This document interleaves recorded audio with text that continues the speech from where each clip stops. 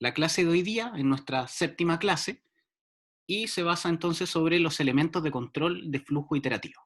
¿Ya? Traducir a código lo que en clases anteriores revisamos como estructuras de control iterativas.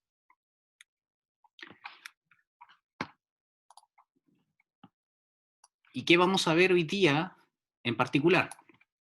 Lo primero, y algo que no quise incluir la semana pasada, pero que sí corresponde a las estructuras selectivas, es un nuevo tipo de estructura que es el switch, ¿ya? Pero tengan en cuenta que es una estructura selectiva. Ahí también vamos a resaltar las diferencias que tiene con el if y el if-else. Y luego ya abordamos de lleno lo que serían las estructuras o las sentencias de control iterativas, que en este caso sería el while, el do while y el for. Y vamos a terminar con un par de ejercicios que vamos a realizar al igual que la semana pasada en código. Yo les voy a dar un par de minutos para que ustedes avancen y después lo solucionamos entre todos. ¿Ya? Antes de empezar me gustaría decirles que cualquier duda que vayan teniendo en la presentación pueden dejarlo en los comentarios del chat o bien levantar la mano para, al finalizar la explicación de algún tema, yo revisar eso y ceder la palabra o responder algún mensaje que haya en el chat. ¿Ya? Comenzamos entonces con esto que quedó pendiente, o que, mejor dicho, no quise incluir la semana pasada para no sobrecargarlos de tanta información con las estructuras selectivas, ya que vimos 3 o 4 estructuras nuevas. La estructura switch, recuerden, es una estructura selectiva. Si bien está incluida en la clase de hoy día, que corresponde a las iterativas, queda pendiente de la clase de estructuras selectivas. ¿Ya? Esto quiere decir que se va a evaluar una condición, ¿sí?, representada por una expresión, por eso ahí aparece expresión, y en este caso las va a comparar con los valores especificados en cada uno de los casos que se establezcan dentro del switch. Si la expresión que yo tengo entre los paréntesis es igual al valor de alguno de los casos, se van a ejecutar las instrucciones que se especifican en ese caso. Si la expresión no es igual, a ninguno de los casos, se van a ejecutar las instrucciones que se especifican en el caso especial default. ¿Ya? ¿Cómo funciona esto entonces? Lo que yo ubico dentro de los paréntesis del switch es una expresión, ¿ya? Puede ser una variable, el valor de una variable. Si yo tengo dentro de mi código una variable que se llame, por ejemplo, número, voy a evaluar acá en el switch el valor de esa expresión, ¿ya?, de la variable que se llama número. Entonces aquí quedaría representado por número. Resulta que luego de ingresar al switch, se va a encontrar con todos los casos que el programador establezca, ¿ya? Estos casos van a ser valores que puede tener la expresión que se especifica en los paréntesis. ¿Ya? Podríamos decir entonces que si la expresión vale, esto es un ejemplo, x, ¿sí?, que puede ser cualquier número, puede ser 1, por ejemplo. Si esta variable, que dijimos que se llamaba número, vale 1, entonces se van a ejecutar las instrucciones que están dentro del caso, que los podemos reconocer con que vienen después de los 2 puntos del caso. ¿Sí? Entonces se va a ejecutar la instrucción A. Y luego va a haber se va a abandonar o vamos a salir del switch a través de la sentencia break. Eso igual lo vamos a ver un poquito más adelante. ¿Ya? En caso de que la expresión o esta variable número no tenga ese valor, no tenga el valor 1, va a preguntar en el segundo caso, ¿tendrá el valor que aparece acá? Imagínense que es un 2. Lo vamos a ver con un ejemplo de programación en un minuto.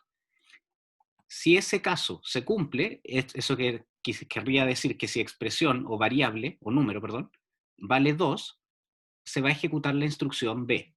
Y luego vamos a salir del switch. ¿sí? Eso es lo que hace el break, sacarme de las llaves del switch, que serían estas. ¿Ya? Nos saca de las llaves del switch. Y para el caso de que esta variable que estoy evaluando, de que número no sea ni 1 ni 2, eso quiere decir que tenga cualquier otro valor posible, va a ejecutar la instrucción C, porque no se cumplió ninguna de los casos establecidos antes. Eso quiere decir que va a ejecutar el caso por defecto o por default, que en este caso va a ejecutar las instrucciones C. ¿Ya? Entonces vamos a ir a la programación para que se vea un poquito más claro en un ejemplo.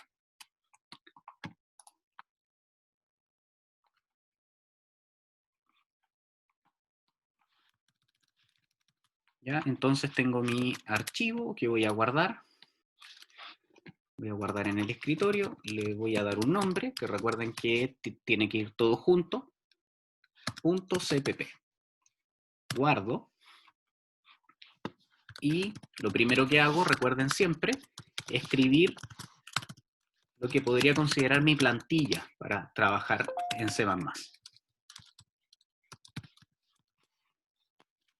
¿Ya? Esa sería la plantilla de mis códigos.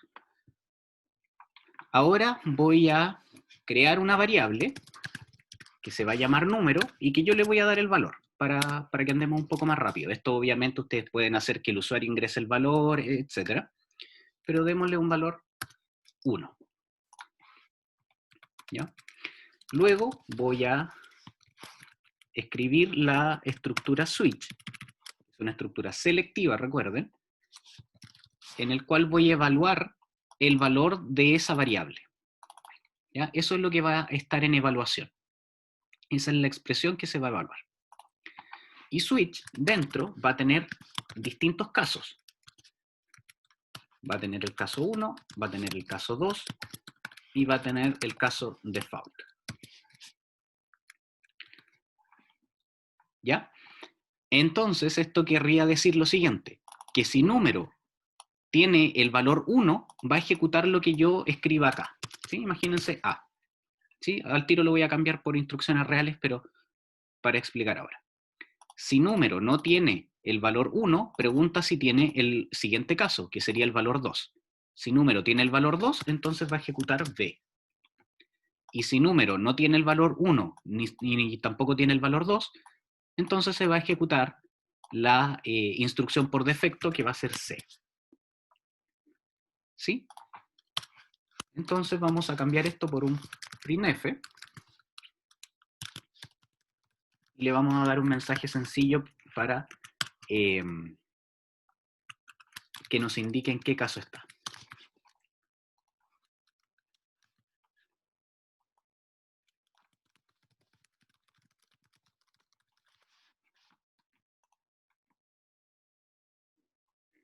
Camilo. A ver, Camilo, ¿hay alguna duda?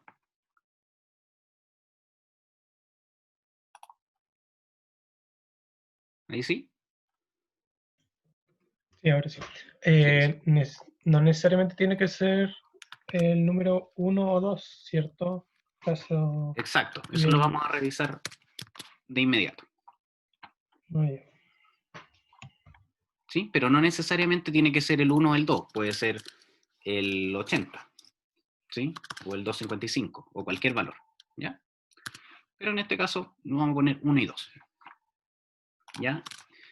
Entonces hice un pequeño programa aquí de prueba, en el cual yo hice una variable, creé una variable entera que tiene un valor que yo le di, que es 1. ¿Sí? Inicialicé la variable con un valor 1. Luego se ingresa o se evalúa esa expresión en el switch. ¿Ya? Vamos a evaluar qué valor tiene número. Si número tiene el valor 1, lo que va a hacer es imprimir por pantalla valor 1 y luego salir del switch, porque ya cumplió con uno de los casos. Por lo tanto, debe abandonar el switch. Ya no es necesario seguir evaluando. ¿Ya? Si no cumple con el caso 1, pregunta si es que cumple con el caso de ser o de tener un valor igual a 2.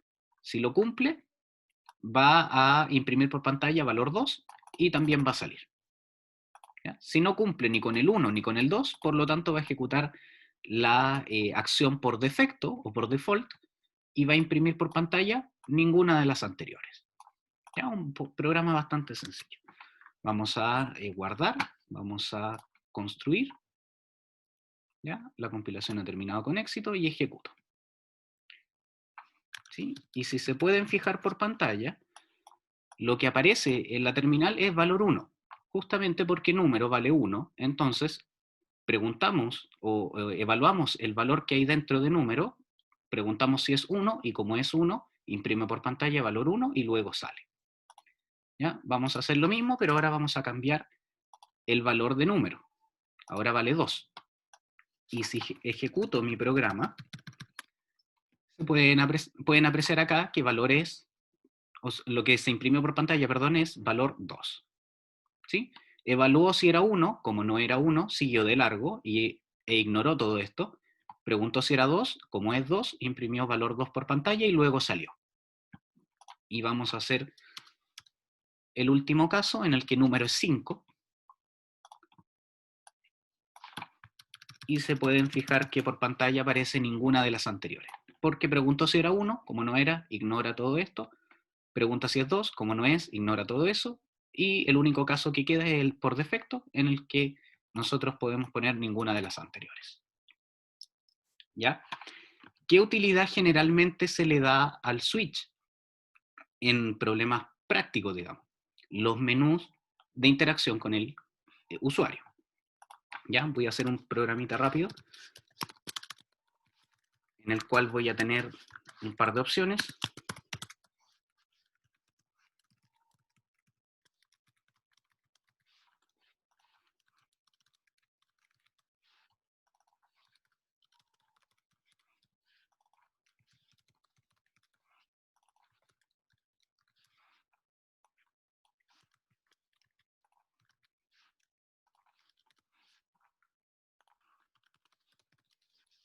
Entonces voy a agregar impresiones por pantalla en las cuales voy a poner opciones.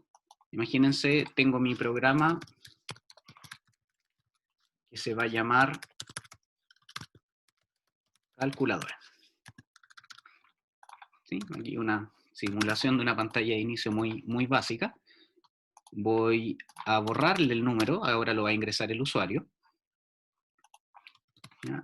Vamos aquí a poner otro printf en el cual nos vaya a pedir una opción.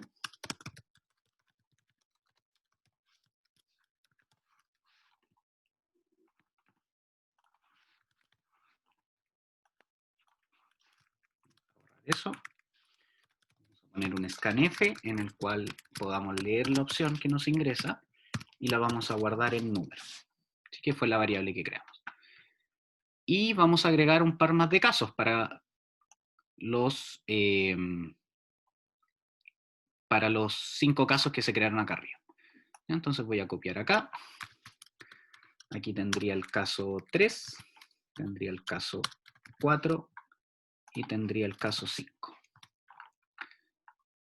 ¿Sí? 3, 4, 5.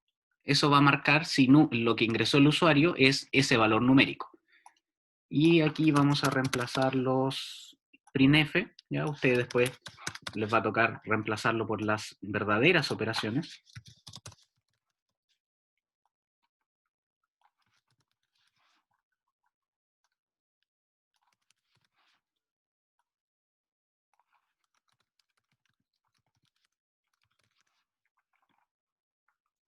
¿Ya? Entonces, recapitulando un poco, creamos una variable de tipo entero, que se va a llamar número, imprimo una pequeña pantalla de inicio, ya un título para este programita que va a ser una calculadora, me faltó un backslash n acá.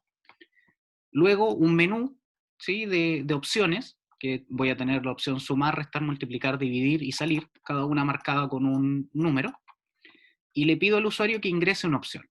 La opción que ingrese va a ser un número entero, que va a quedar almacenado en número, ¿sí? Que era la variable de tipo entero que creé anteriormente. Luego voy al switch. switch, estructura selectiva, que va a evaluar el valor que hay almacenado en número y que lo va a comparar con los casos 1, 2, 3, 4 y 5. Si el número tiene un valor igual a 1, va a imprimir por pantalla sumar. Si tiene el valor 2, va a imprimir restar. Si tiene el 3, multiplicar. Si tiene el 4, dividir. Si tiene el 5, salir. Y si yo ingreso cualquier valor que no sea entre el 1 y el 5, me va a decir opción inválida. ¿Ya? Entonces voy a guardar, compilar, ejecutar, y aquí aparece mi programa funcionando. Fíjense la pantalla de inicio, calculadora y el menú de opciones. Sumar, restar, multiplicar, dividir, salir. Y me dice que ingrese una opción. Ahora en este momento quiero multiplicar. Ingreso la opción 3, Enter, y aparece multiplicar. ¿Sí? Eso obviamente en un programa que ya tenga más contenido me va a llevar a la opción de multiplicar, donde voy a querer ingresar dos números, o probablemente ingresé los dos números antes y ahora simplemente elijo la opción. Eso va a depender de cómo esté creado o diseñado mi programa, ¿ya? Pero el switch tienen que tener en cuenta que es una estructura selectiva que va a evaluar el valor de una variable, ¿sí? Y con los diferentes casos. Si no cumple, lo ignora, y si cumple con alguno, entra, ejecuta todas las instrucciones que hay dentro y finalmente debe salir, ¿sí? Con un break. El único caso que no lleva el break es el default porque es el último, ¿ya? Y el default, recuerden que se ejecuta si es que no se cumple con ninguno de los casos expuestos anteriormente, ¿ya? Y respondiendo a la pregunta de... ¿Quién había sido el que...? De Camilo, que había preguntado, ¿ya? Los valores que aparecen en los casos no necesariamente tienen que ser correlativos, ¿ya?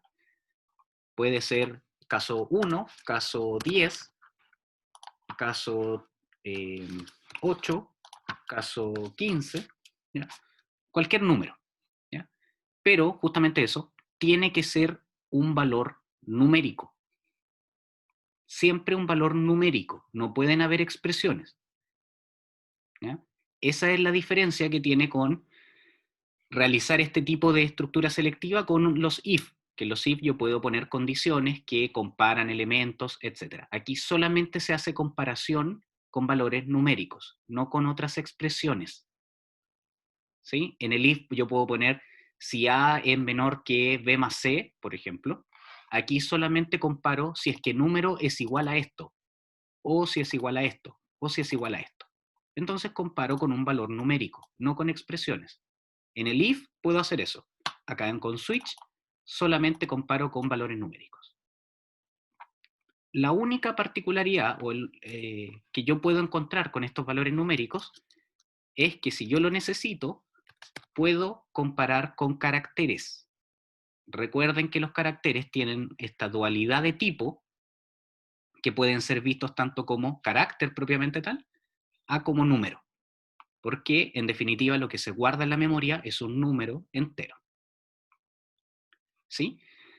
Para evaluar o comparar esta variable con un carácter, lo que se hace es escribir dicho carácter entre comillas simples. ¿Sí? Fíjense que es una comilla, no es el comillas dobles, es comillas simples, porque eso indica que es un carácter. ¿Ya? Entonces el número podría haber sido de tipo char, ¿sí?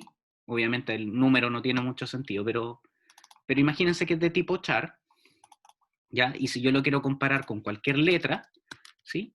Debería haberlas puesto entre comillas simples. Siempre comillas simples con los caracteres, ¿ya? O incluso podría haber puesto no es para que no se confundan, algún otro carácter, ¿ya? Ahí el usuario debería haber ingresado cualquier carácter por teclado, ¿ya? Cualquier letra, cualquier símbolo, y también se hace la evaluación o la comparación caso a caso, ¿ya? Porque recuerden que los caracteres finalmente son números, ¿ya? Pero solo puedo poner eso, o números enteros o caracteres entre comillas simples. Y ojo, un carácter, no puedo poner 2, porque eso ya sería una cadena, y es algo que vamos a ver más adelante. ¿Ya? Solamente un carácter entre comillas simple. ¿Sí? ¿Se entiende? ¿Alguna duda con esto? ¿No? Para pasar ya al siguiente tema. ¿Todo bien? Ya, bueno, yo voy a volver a editar este código para compartirlo después en el campus virtual, ya que quede como ejemplo. ¿Sí? Bueno, entonces eso es la estructura switch, que recuerden es una estructura selectiva. Y ahora vamos por lo de la clase de hoy día, las estructuras iterativas, que revisamos en su momento cuando estuvimos aprendiendo a realizar o a representar algoritmos. Las estructuras iterativas permiten la ejecución de una secuencia de sentencias, ¿sí? Puede ser una sentencia o una secuencia de sentencias, o instrucciones, una cierta cantidad de veces. Y eso va a depender del tipo de solución que se deba implementar, ¿ya? Obviamente hay muchas cosas del diseño que van a depender de la naturaleza del problema, ¿sí? Y vamos a ver quizás, o lo vamos a relacionar con lo que vamos a aprender hoy día y la diferencia entre las distintas estructuras iterativas que vamos a aprender. En su momento vimos la estructura iterativa, el mientras hacer. Esta estructura repite el conjunto de instrucciones que se encuentra dentro del ciclo mientras la condición evaluada sea verdadera. ¿Sí? ¿Recuerdan este tipo de estructura? Entonces recuerden que mi flujo viene desde un programa que está acá arriba, ¿cierto? Bajo a través de esta línea de flujo, evalúo una condición, que puede ser cualquiera, A mayor que B, B igual a 4, lo que sea, y si esta condición se cumple, solo si se cumple, sigo con el camino de acá, que me indica que esta condición es verdadera, ¿sí? O que la respuesta es positiva, y luego ejecuto las instrucciones. ¿Sí? Al finalizar la ejecución de las instrucciones, vuelvo al bloque de condición, vuelvo a evaluar la condición. Vuelvo a preguntar si es que esta condición se cumple, si se cumple, vuelvo por el camino verdadero, ejecuto las instrucciones y vuelvo a preguntar. En algún momento, esta condición ya no se va a cumplir, por lo tanto va a ser falsa y voy a seguir con mi camino por esta otra línea de flujo y a alguna otra parte del código o bien al final, ¿sí? O del algoritmo. Entonces, si la condición es falsa, se termina el ciclo, o sea, ya no se vuelven a ejecutar las instrucciones que aquí aparecen, ¿ya? Se ejecutan solo mientras esta condición se cumpla. En este caso, siempre se evalúa primero la condición y luego se ejecutan las acciones. Siempre se evalúa primero y dependiendo de esa respuesta, se ejecutan o no las instrucciones. Este tipo de estructura, mientras hacer, en el lenguaje C++, y la verdad que en muchos lenguajes, se representa con el while. While es la estructura, mientras hacer, en la cual entre paréntesis van a aparecer la condición que estamos evaluando.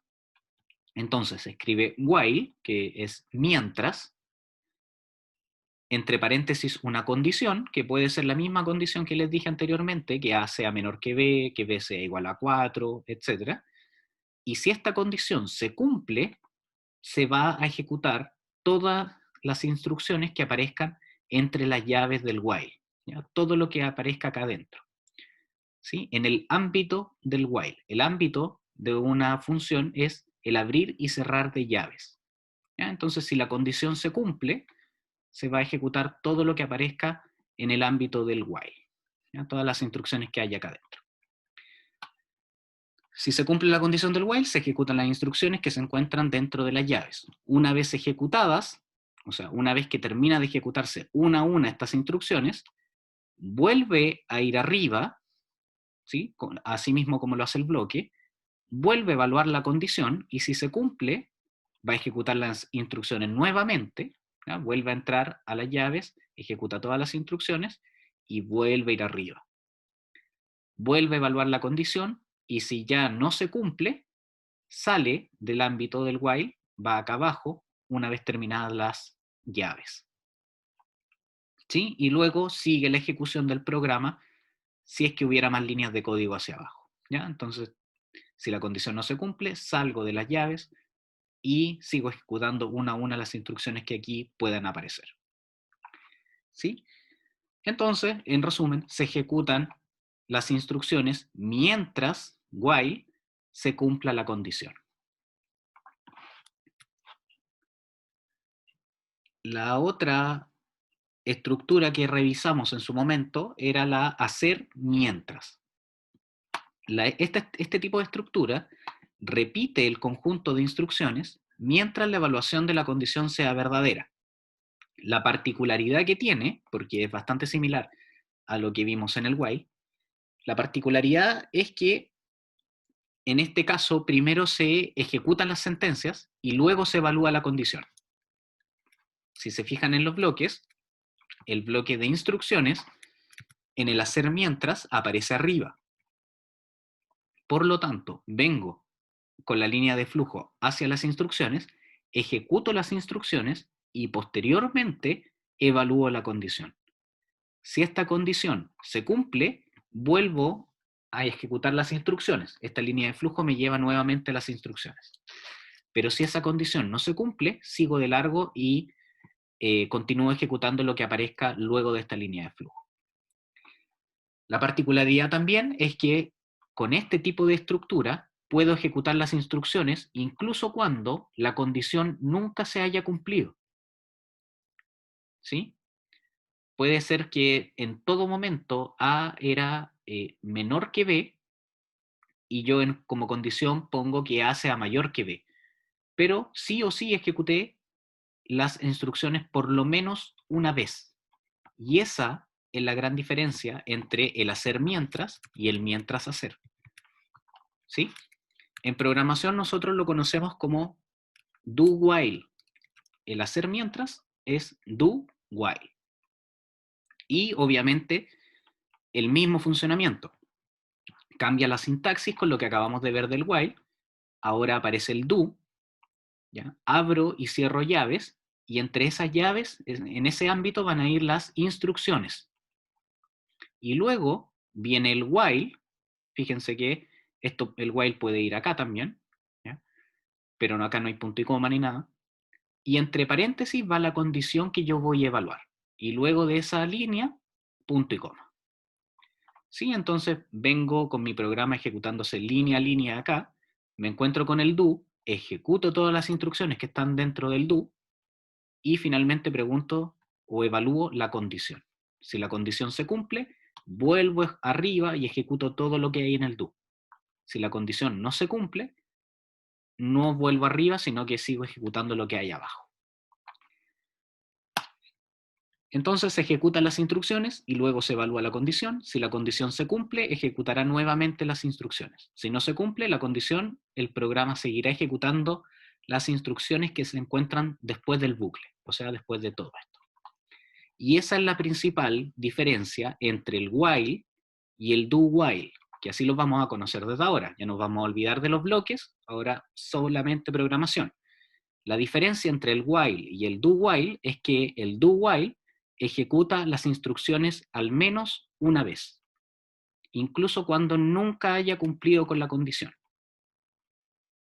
¿Sí? La condición siempre pudo haber sido falsa, pero se ejecutaron por lo menos una vez las instrucciones. ¿Ya? ¿Se entiende?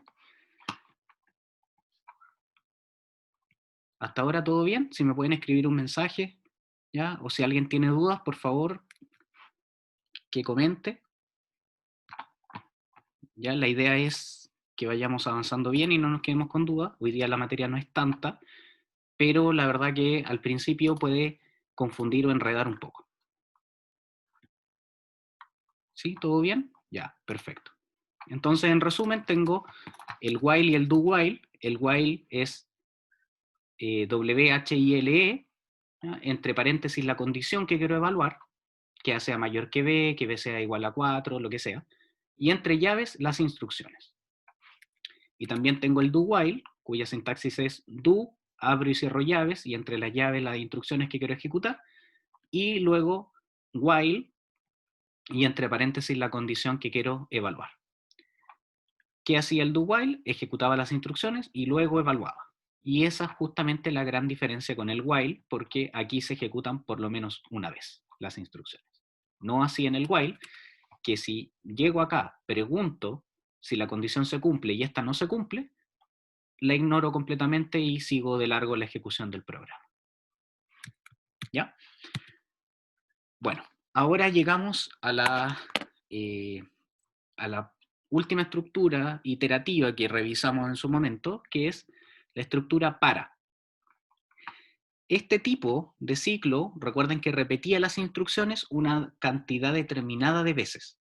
Y esa cantidad va a ir determinada por el valor de una variable de control o variable contadora del ciclo de ejecuciones o la cantidad de ejecuciones. Este bucle tiene tres elementos que vamos a ver aquí, yo creo que reflejados de una manera mucho más gráfica. Estos elementos son la inicialización o una variable contadora. ¿Contadora de qué? Contadora de ejecuciones, la cantidad de ejecuciones que lleva hasta el momento.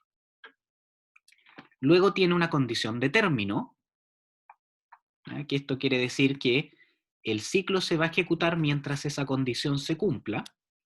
Y finalmente tiene un valor de actualización, que es simplemente modificar, generalmente se suma o se resta en 1, al valor de la variable contadora. ¿Ya? El bloque que se usaba para este tipo de estructura era el bloque de preparación, en el cual nosotros teníamos una variable con un valor inicial, que era nuestra variable contadora. Generalmente estaba este valor, el valor de esta variable contadora inicia en 1 o en 0. Teníamos una condición de término, ¿cierto? Que esto se ejecutara mientras esa variable contadora fuera menor a 10 o menor a 15 o lo que sea. Y tenía una actualización, que en cada ejecución yo le iba a ir sumando 1 a la variable contadora, ¿sí? O le iba restando 1 a la variable contadora, ¿sí? Eso dependía de cómo yo implementara la estructura. Entonces, esto va a ir ejecutándose de la siguiente manera. Evalúa la condición de término. Si la condición de término se cumple, esto quiere decir que esa condición sigue siendo verdadera, que la variable contadora sea menor a 10, por ejemplo. ¿Ya? Si eso se cumple, ejecuto las instrucciones. Y luego vuelvo al bloque, actualizo el valor de la variable contadora, sumando o restando un valor. En este caso le voy a sumar 1. La variable inicial partió en 0, ahora le sumé 1 y quedó con ese valor. Por lo tanto, cuando yo vuelva a evaluar la condición de que la variable contadora es menor que 10, como es 1, cumple y ejecuta nuevamente las instrucciones. ¿Ya? Vuelvo con la línea de flujo hacia el bloque y aquí lo que hace es actualizar nuevamente el valor. Ahora la variable contadora se le suma 1, por lo tanto va a ser 2. Pregunto si se cumple la condición de término, como 2 es menor que 10, cumple, y se ejecutan nuevamente las instrucciones. Y así sucesivamente hasta el momento en que esa variable contadora se actualice, se le sume 1 y sea 10.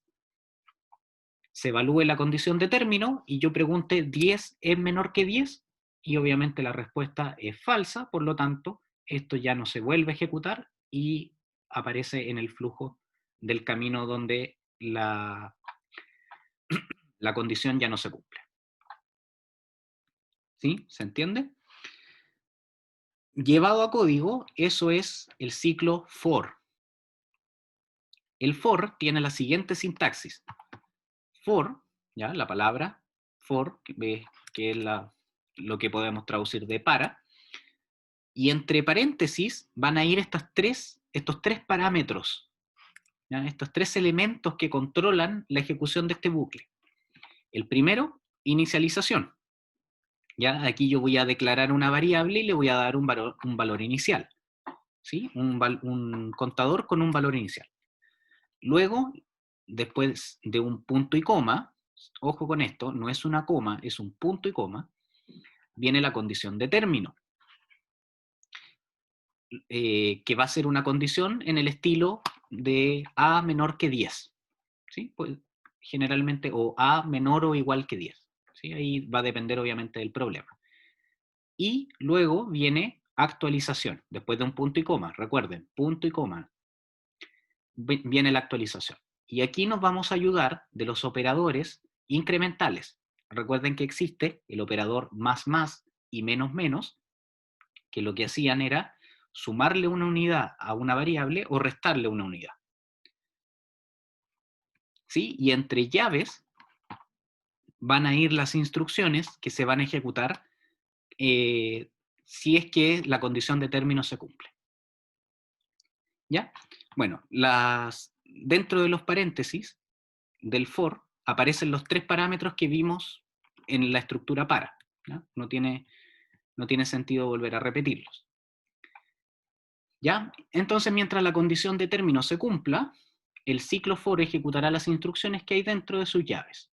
La diferencia, y ojo con esto, entre el for y el while, es que con el for se tiene conocimiento desde un principio de las veces que se ejecutará el ciclo. En cambio, en el while generalmente no se tiene certeza de cuántas veces se ejecutará porque tiene un carácter un poco más aleatorio. ¿A qué voy con esto? Y yo creo que va a quedar mejor o más claro con un ejemplo de programación. ¿Ya? Entonces voy a crear un nuevo archivo, voy a guardar, lo voy a guardar en el escritorio, ejemplo for.cpp. ¿Ya? Entonces, volver a repetirles que ustedes siempre parten desde su plantilla, que cada día debería ir un poquito más de memoria esto. ¿Ya? Y aquí parten. Entonces, ¿cómo funciona el for? Escribo for, ¿sí? Abro paréntesis, cierro paréntesis, abro y cierro llaves. ¿Ya? Dentro de los paréntesis, recuerden que tengo tres cosas: la variable de inicialización, la condición de término y la actualización. La variable de inicialización generalmente va a ser una variable con un nombre como i, un nombre corto, preciso, porque no es necesario darle un nombre tan elaborado o tan identificador, porque son variables que simplemente se van a utilizar para contar esta ejecución. ¿Ya? No me va a servir de mucho más. Por lo tanto, generalmente se nombran como i, j, k, etc. ¿Sí? Igual, ¿sí?, a un valor de inicio. Yo lo voy a iniciar en 0. Generalmente se inicia en 0 o 1. A nosotros nos va a servir, ya vamos a ver por qué en unas clases más adelante, generalmente nos va a servir más iniciarlo con un valor 0. Punto y coma. ¿Ya? Pero, ojo, nos conviene más iniciarlo en 0, pero esto puede partir en 100, puede partir en 500, puede partir en 10, en lo que ustedes estimen conveniente. Pero, como les digo, generalmente sirve más que parta en 0. Luego viene la condición de término, la condición que se evalúa cada vez que esto se ejecuta, y si se cumple se sigue ejecutando, si es que no se cumple se deja de ejecutar. Y yo le voy a colocar que i sea menor que 10. Luego, recuerden, punto y coma, y la actualización del valor. En cada ejecución, o luego de cada ejecución, como i parte en 0, y la idea es que sea menor que 10, o que se ejecute mientras sea menor que 10, yo cada vez le voy a ir sumando 1. En ese caso pongo i, que es el nombre de la variable contadora, y lo sigo de un más, que es incrementarle en 1 el valor a la variable. Entonces, ¿cómo se lee esto? Este for tiene una variable inicializadora que parte en 0.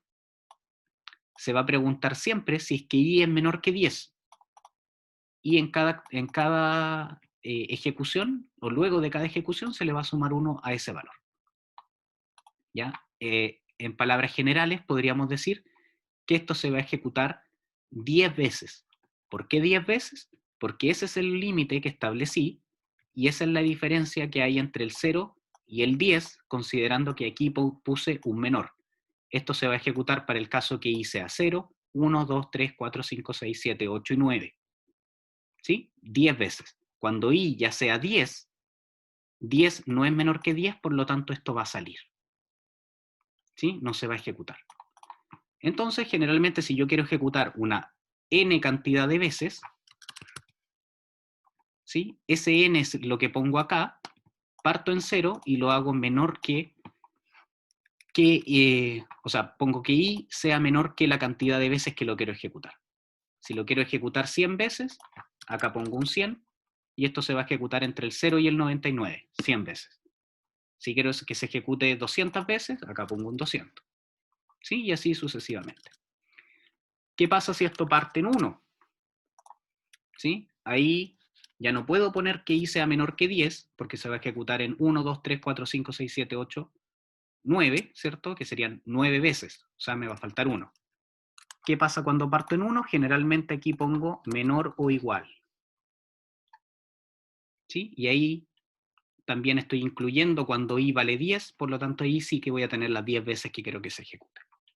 ¿Ya? Pero para los casos iniciales vamos a partir siempre en 0, y eso va a ser menor que la cantidad de veces que quiero que esto se ejecute. ¿Ya? Esta es la diferencia con el while. Yo con el for, o el for lo voy a ocupar generalmente cuando sé desde un principio cuántas veces debo ejecutarlo. Si quiero un programa que imprima 10 veces hola por pantalla, voy a necesitar un for. ¿Por qué? Porque me dijeron que son 10 veces. ¿Sí? Cuando el problema tiene un carácter un poco más aleatorio, que diga imprimir hasta que tal valor sea tanto, ¿sí? Que puede pasar en una ejecución, puede pasar en 5 ejecuciones, puede pasar en 200 ejecuciones, eso lo hago con un while. ¿Sí? Esa es la gran diferencia entre el for y el while, que el for, con el for desde un principio yo tengo calculado o definido cuántas veces se va a ejecutar. ¿Sí? Entonces aquí justamente voy a hacer ese programa que me imprima por pantalla 10 veces hola. ¿Sí? Entonces compilo, ejecuto, y ahí están las 10 veces. 1, 2, 3, 4, 5, 6, 7, 8, 9, 10. 10 veces hizo esa instrucción, ¿ya? Y me ahorré el trabajo, ¿cierto?, de haber hecho esto. 1, 2, 3, 4, 5, 6, 7, 8, 9, 10. Que ustedes saben que esa es la gracia de la estructura iterativa. Si voy a repetir una misma instrucción muchas veces, es mucho más eficaz, o sea, mucho más eficiente hacer eso, ¿sí? Y no escribir 10 veces la misma línea. Imagínense que aquí lo estoy haciendo con una sola línea de código, imagínense fueran más. Entonces, mucho más eficiente hacerlo con una estructura iterativa. ¿Sí? Otra cosa que deben saber del for y que es muy importante es que yo puedo utilizar el valor de esa variable contadora. ¿Sí? ¿Cómo puedo utilizarla? Como utilizo todas las variables, ¿sí? Con su nombre. Entonces, este printf, en vez de imprimir un hola por pantalla, lo que va a hacer es imprimir el valor entero de una variable. ¿Qué variable? La variable i. Entonces, ahora por pantalla, ¿qué es lo que va a salir? Los valores que va teniendo i en cada ejecución. Parte con el valor 0, luego de ejecutar la impresión por pantalla, que fue eso. Volvió arriba, se le sumó 1, se le sumó después otro más, otro, y así sucesivamente hasta que llegó al 9. Cuando se le sumó otro más, que fue 10, ya no cumple que sea menor que 10, y por lo tanto no lo ejecuta más. ¿Sí? Entonces yo puedo hacer uso del valor de esta variable. Pero ojo, ¿qué pasa si hago esto?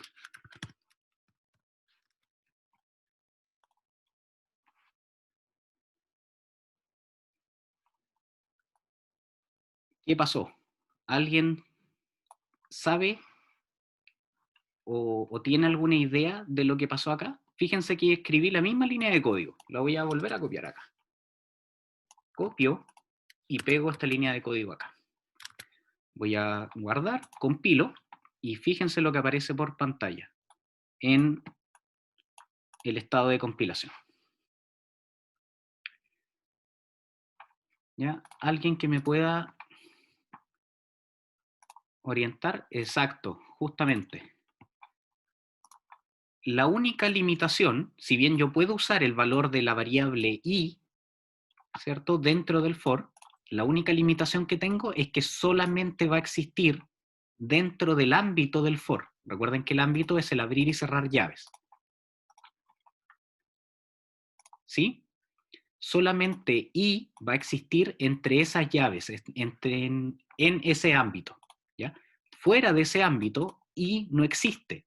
Por lo tanto, el error que me genera acá, el que me marca acá el compilador, es que estoy tratando de usar el identificador que no está declarado, que se llama i, porque i existió solamente entre esas llaves y luego ya no va a existir. ¿Sí? Entonces, i acá no sabe qué es, no sabe por qué reemplazarlo. ¿Sí? Pero dentro del for no hay ningún problema en utilizarlo.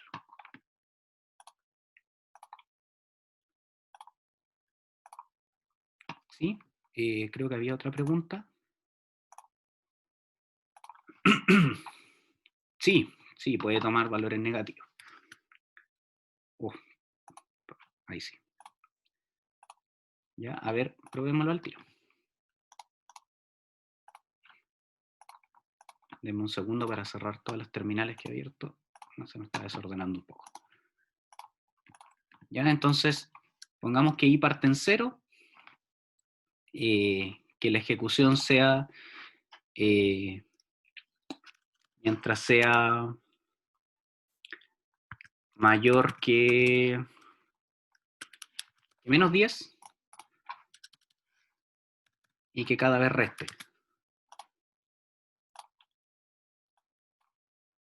Oh, aquí me equivoqué en algo.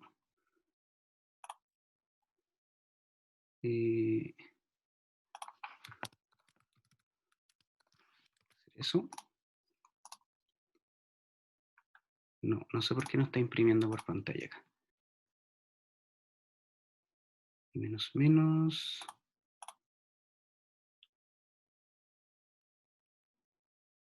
Bueno, no sé en este momento por qué no está imprimiendo por pantalla, pero sí, y puede tener cualquier valor, ¿ya? Y no necesariamente tiene que ir sumando, o no necesariamente tiene que partir en 0, ¿ya? Entonces yo puedo poner que i vale 100, poner la condición de que i sea mayor que 0, e ir restándole.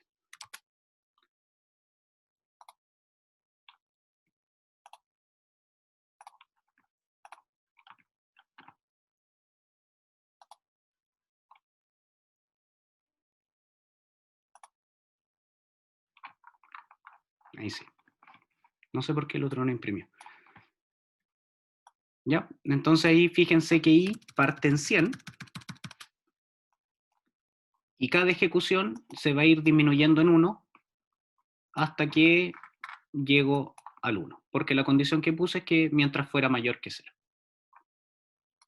¿Sí? Así que no solamente están limitados a que esto fuera siempre 0, puede ser el valor que ustedes estimen conveniente, pero se estila que parte en 0 y que la condición sea menor que la cantidad de veces de ejecución que van a querer realizar, y que la actualización sea ir aumentando.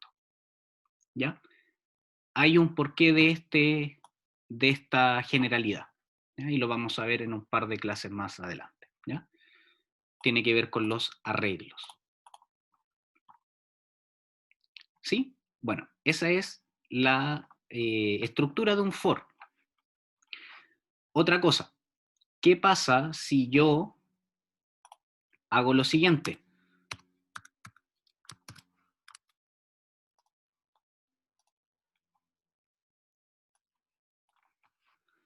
Fíjense, ¿qué pasó? ¿Qué está pasando en mi pantalla? ¿Alguien que me pueda dar la respuesta ante esto? Fíjense lo que está pasando en la terminal. Están imprimiendo puros ceros. Y aquí agregué el i menos menos. ¿Qué echa a perder? ¿O qué produje con esa línea de código que agregué?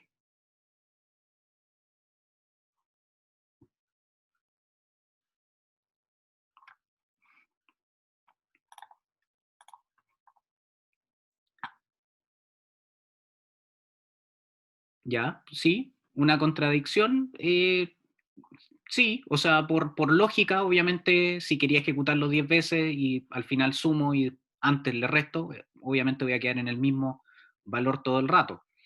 Y claro, se está sumando uno y restando uno a la vez, entonces nunca sale el cero. Exacto. Y como nunca sale el cero, nunca deja de cumplir esa condición. Y si nunca deja de hacer algo, o perdón, si nunca deja de cumplir esa condición, significa que está siempre ejecutándose. Por lo tanto, acabo de crear un bucle infinito. ¿Sí? O sea, esto no va a salir en ningún momento porque nunca se va a dejar de cumplir esta condición y la única forma es terminar el proceso.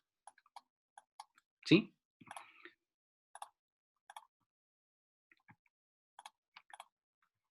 ¿Cómo se termina un proceso? Con control C. ¿Ya? Con control C, fíjense ahí que apareció. Yo termino el proceso y esto se dejó de ejecutar. ¿Sí? Si es que alguna vez tienen algún problema que se queda pegado en un bucle infinito, bueno, tienen la opción de cerrar la ventana, obviamente, pero si están trabajando a través de la terminal, sobre todo los que trabajan en Linux, control C y termina la ejecución del programa. ¿Ya? Esto es un bucle infinito dentro de una estructura iterativa que no, la verdad no tiene la idea de ser infinita, ¿cierto? El for, recuerden que la característica es que voy a ejecutarlo una n cantidad de veces que ya está determinada, cuando yo sé desde un principio cuántas veces lo necesito ejecutar. El que tiene un carácter un poquito más, podríamos decir, aleatorio y que generalmente se ocupa para estos bucles infinitos es el while. Recuerden, while, paréntesis donde va la condición, abro y cierro llaves. El while tiene la particularidad de que si yo pongo un 1 dentro de sus paréntesis, y aquí voy a hacer el ejemplo, voy a escribir hola, ¿ya? Compilo, ejecuto, y fíjense, ahí está imprimiendo hola todo el rato. ¿Sí? El while, si yo pongo un valor entero dentro de sus paréntesis, significa que estoy evaluando un valor, y un valor siempre va a ser una condición verdadera. ¿Sí? Entonces se estila cuando necesitamos un bucle infinito, utilizar un while, que dentro de sus paréntesis tengo un 1, porque un valor numérico siempre va a ser verdadero porque ese es su valor. ¿Sí? Es una condición que siempre se cumple, por lo tanto es un bucle infinito, que va a estar imprimiendo siempre por pantalla hola.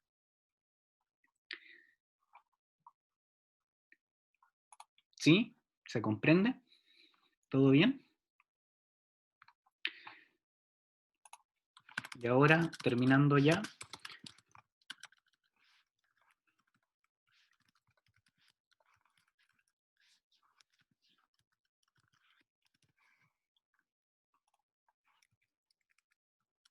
voy a crear el otro bucle.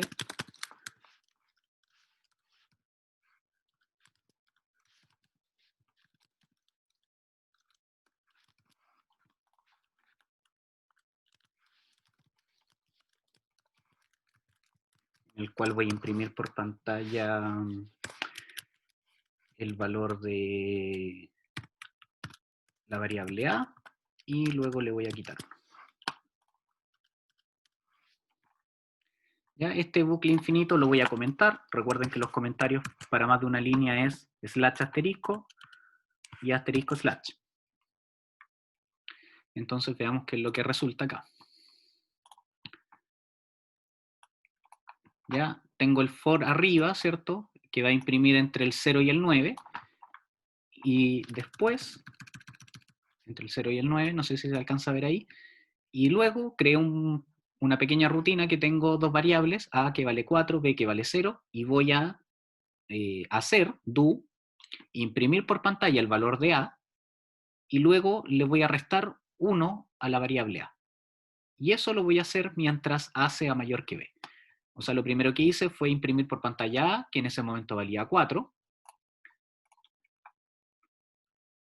¿ya? Que valía 4, lo imprimí por pantalla, le resté 1, evalué la condición, como a es mayor que b, porque b es 0, 3 es mayor que 0, volví arriba, volví a imprimirlo, ahí está el 3, le resté 1, ahora es 2, pregunto si es que 2 es mayor que 0, lo es, por lo tanto vuelvo al do, imprimo por pantalla el 2, le quito 1, ahora a vale 1, pregunto si es mayor que 0, y como lo es, vuelvo arriba, imprimo el 1, y le quito 1, significa que ahora el a vale 0, pregunto si el a, que es 0, es mayor que b, que también es 0, por lo tanto no cumple, y termina la ejecución.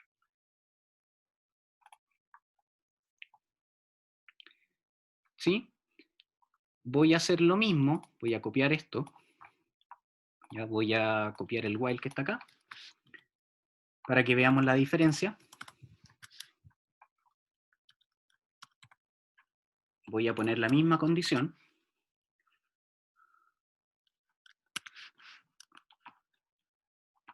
o una condición que no se cumpla antes.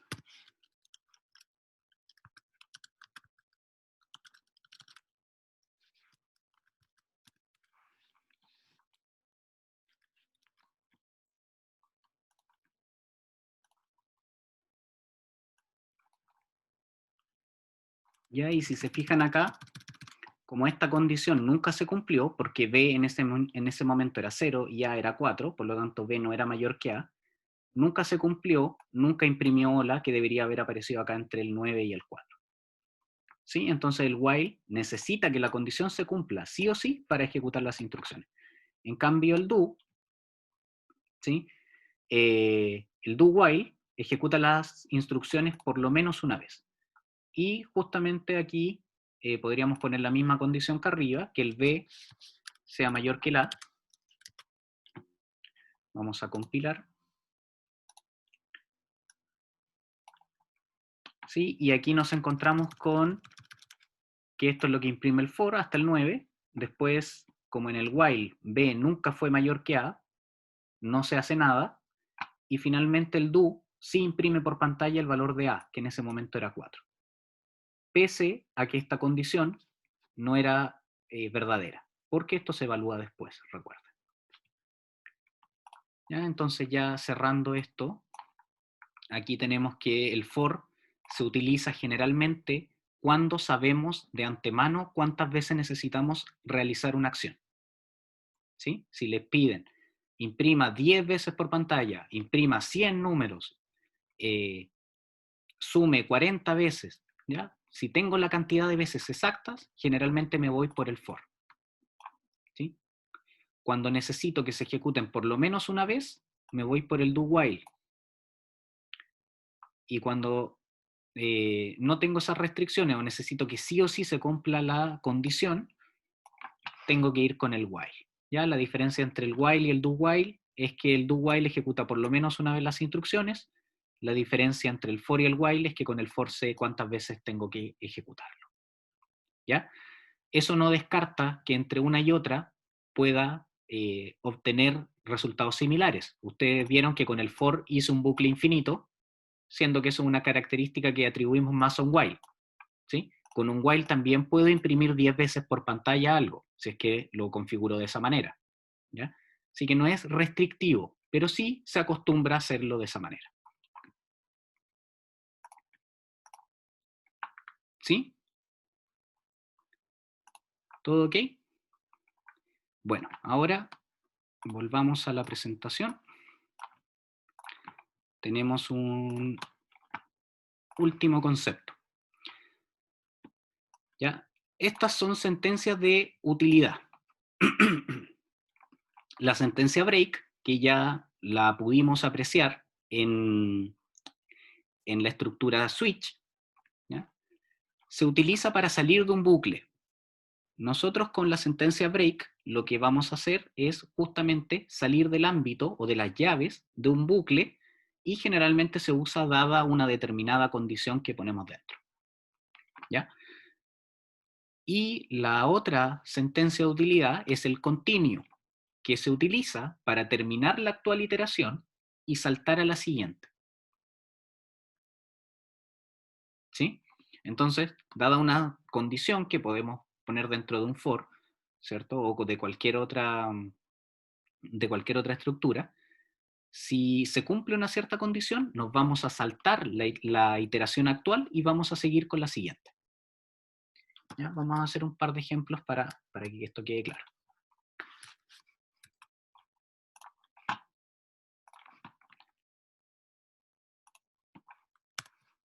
¿Sí? Vamos a seguir con el for. Ya voy a comentar todo lo otro. Vamos a seguir con el for. Recuerden que el for lo que en este caso hacía era imprimir del 0 al 9 por pantalla. ¿Sí? Pero voy a decir que si i es igual a 4, lo que voy a hacer es salir. ¿Sí? Y el break me va a sacar, y ojo con esto porque es una pregunta súper recurrente, el break, si va en un condicional, en un if, que recuerden tiene un ámbito, este break no me va a sacar del condicional. El break me va a sacar del bucle donde se encuentra ese condicional. ¿Sí? El break no me saca del if, el break me saca, en este caso, del for. ¿Qué quiero decir ahora? Que si i tiene el valor 4, esto va a salir del for, por lo tanto no se va a ejecutar más. ¿Ya? Compilo, ejecuto, y si se fijan, ahora ya no imprime desde el 0 al 9, sino que imprime entre el 0 y el 3, porque cuando fue 3, imprimió acá, ¿cierto? Con el valor de i, volvió arriba, se le sumó 1, en este caso i era 4, y lo primero que hace es consultar si es que i es 4. Como i era 4, cumplía con esta condición, se encontraba con el break que me sacaba del for. No me saca del if, me saca del for. Y como salí del for, ya obviamente no sigo ejecutando nada más. ¿Sí? Entonces la sentencia break lo que hace es sacarme de un bucle. ¿Ya? Y ahora vamos con continuo, que lo que hace es interrumpir la actual iteración y llevarme a la siguiente. Vamos a hacer lo mismo. Vamos a cambiar de break por continuo solamente. ¿Ya? Cuando i sea 4, lo que voy a hacer es evitar imprimir por pantalla y mandarme a la siguiente iteración.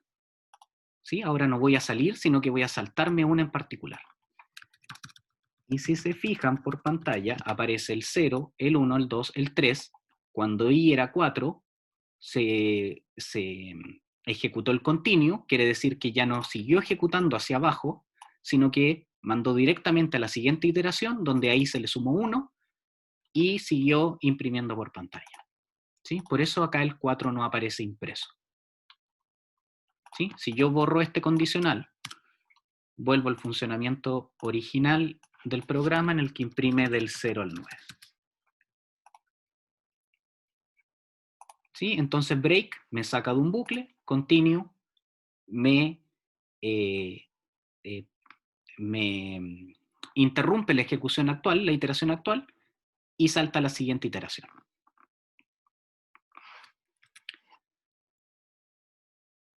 ¿Ya? Entonces vamos a dejar 2 ejercicios propuestos para que ustedes desarrollen.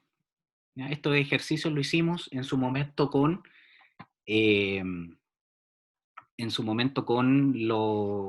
las estructuras de control, con los bloques.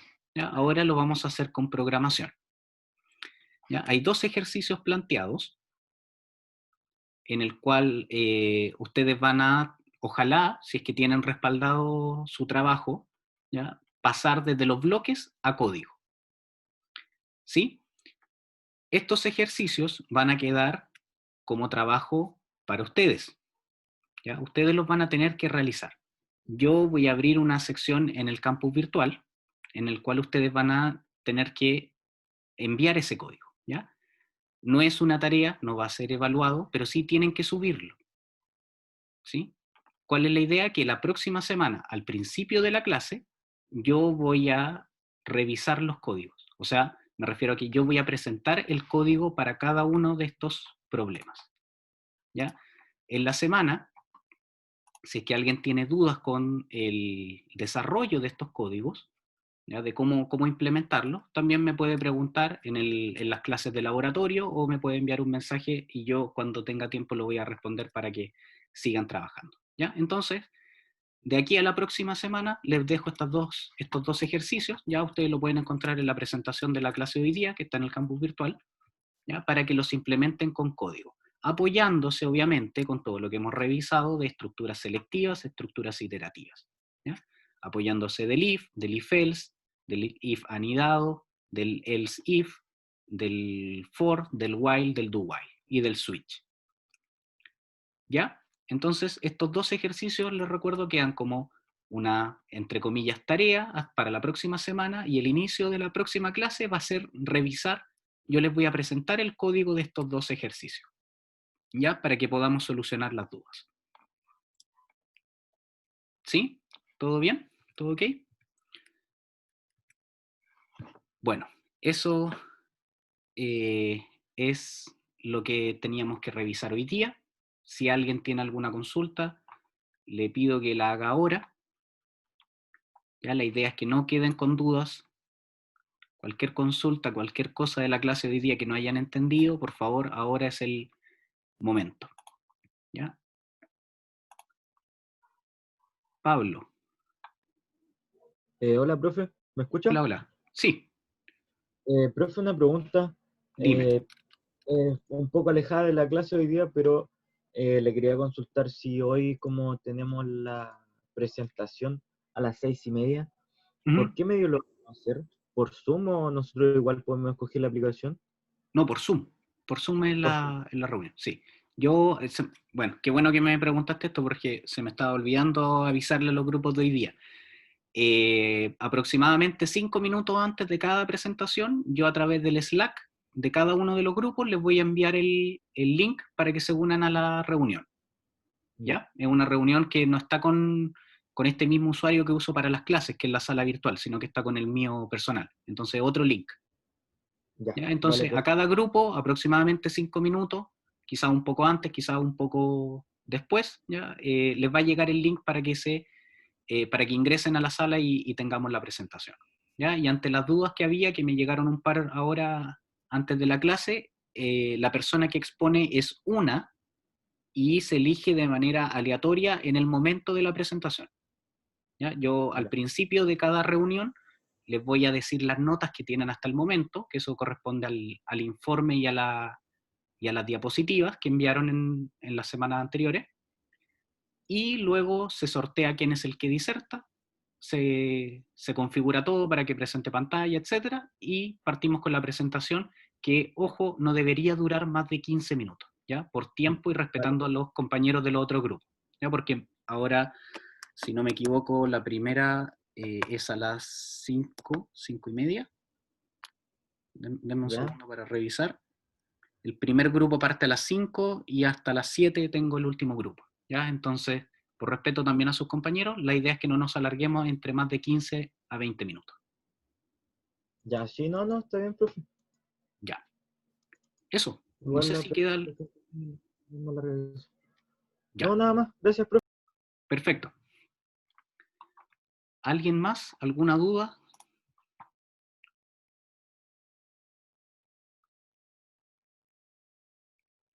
¿No?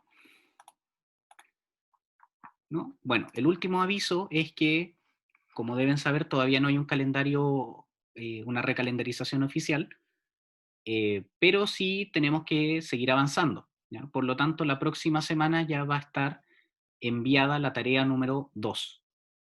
¿sí? Hoy día con los grupos voy a hablar en cada una de las presentaciones para que darle un poquito más de información sobre la tarea 2, que en un principio las voy a enviar el día lunes. ¿Ya? Fecha de la prueba, yo creo que la próxima semana deberíamos tener ya un poquito más de claridad con el calendario para fijar la evaluación. Pero tenemos tiempo todavía porque necesitamos revisar un poco más de materia antes de tener la segunda prueba. ¿Ya? Bueno, si no hay más dudas, la clase termina acá. Durante el transcurso de la tarde la clase va a estar en YouTube para que la puedan revisar. Y cualquier duda, como siempre, me pueden contactar por Slack, por correo o por campus virtual. ¿Ya? Que tengan buena tarde. Nos reencontramos con los grupos que agendaron para hoy día en un rato más. ¿Ya? Que estén bien, cuídense, que tengan buen fin de semana. Chao, chao.